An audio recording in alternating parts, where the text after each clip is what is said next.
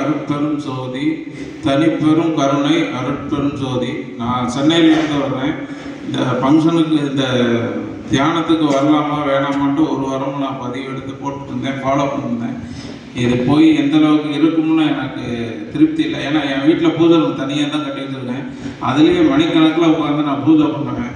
அப்போ எனக்கு வராத உணர்வுகள் இந்த ஒரு 4 மணி நேரத்தில், இன்னைக்கு காலையில் 3:30 மணிக்கு பண்ண தியானத்தில் 4:30 மணிக்கு எனக்கு ஒரு அளவு கடந்த ஒரு திருப்தி அடைஞ்சேன். ஒரு ஆனந்தத்துக்கு நான் போயிட்டேன்.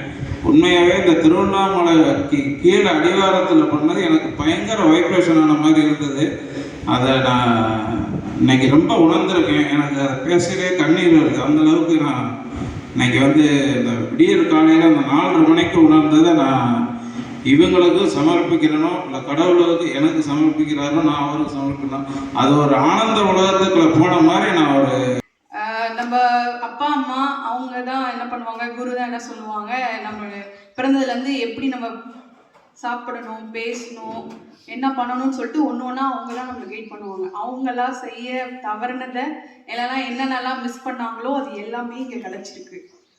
நம்ம எப்படி சாப்பிட்ணும், எப்படி பேசணும், எப்படி நினைக்கணும், சிந்திக்கணும் ஃபுல் அண்ட் ஃபுல் நம்மளை அப்படியே டிரான்ஸ்ஃபார்ம் பண்ணுற மாதிரியான விஷயங்கள் இங்கே இருக்குது. ஸோ இது வரைக்கும் வாழ்க்கையை நம்ம எப்படி வேணாலும் வாழ்ந்துருக்கலாம். இது நம்மளுக்கு கிடைச்ச மிகப்பெரிய ஒரு இது. நம்மெல்லாம் இப்போ ஒரு மாய உலகத்தில் இருந்துட்டுருக்கோம். இந்த மாய உலகத்துட்டு வெளியே கொண்டு இயற்கையாக அப்படிலாம் இருக்கணும், இப்படிலாம் இருந்தால் தான் நம்ம கடத்தேற முடியும், நம்ம மேலே அக்கறை கொண்டு நம்மளை வரவழைச்சு இவளுக்கான உடலுக்கும் மனதுக்கும் ஆரோக்கியமான உணவு வகையிலிருந்து, தேக பயிற்சியிலிருந்து, யோகா எல்லாம் அத்தையும் நம்ம சொல்லிக் கொடுத்த இந்த வள்ளலார் மிஷனுக்கு மனப்பார்வை நன்றியை தெரிவித்துக் கொள்கிறேன். அவங்களுடைய தன்னலமில்லா சேவைக்கு நான் தலைவணங்கி வணங்குகிறேன். நன்றி, வணக்கம். மொபைலில் நோண்டிகிட்டே இருக்கும்போது டக்குன்னு இந்த மாதிரி பயிற்சி திருவண்ணாமலையில் சொன்னோடனே காலையிலேருந்து நான் இதுவரையும் பார்த்தது அற்புதமாக இருந்தது. மனம்ன்ற அந்த பேய் குரங்கை எப்படி அடக்கணும்னு தெரியாமல் தான் இவ்வளோ நம்ம நிறைய தவறுகள் செஞ்சுட்டே இருக்கும். நான் தியானம் பயிற்சி கொடுத்துட்டே இருக்கும்போது அது பாட்டு ஓடுது, கண்ட இடத்துக்கு ஓடுது. நானும் முடிஞ்ச அளவுக்கு எடுத்துகிட்டு புருவமத்தில் நிறுத்தி வைக்கிறோம், அது ஓடிட்டே இருக்குது. கொஞ்ச நேரம் கூட அது சரியாக நிற்க மாட்டேன். அப்புறம் கொஞ்சம் கொஞ்சமாக இப்போ ஒரு அளவுக்கு வர ஆரம்பிச்சிருக்கு. இந்த பயிற்சியை தொடர்ந்து நம்ம கடைப்பிடிச்சோம் அப்படின்னு சொன்னால் வந்துடும் நான் நினைக்கிறேன். உண்மையிலேயே இந்த மனதை அடக்கிறது தான் பெரிய விஷயம். நம்ம எத்தனையோ பேரை குறை சொல்லிட்டு இருக்கிறோம், நம்மளே சரி பண்ணிக்க முடியாத சுச்சுவேஷன்லாம் நம்ம வாழ்ந்துக்கிட்டு இருக்கிறோம். அதனால் இந்த பயிற்சியை அற்புதமான உணவு முறையை சொல்லிக் கொடுத்துருக்குறாங்க, அற்புதமான மருத்துவ முறையை சொல்லிக் கொடுத்துருக்காங்க.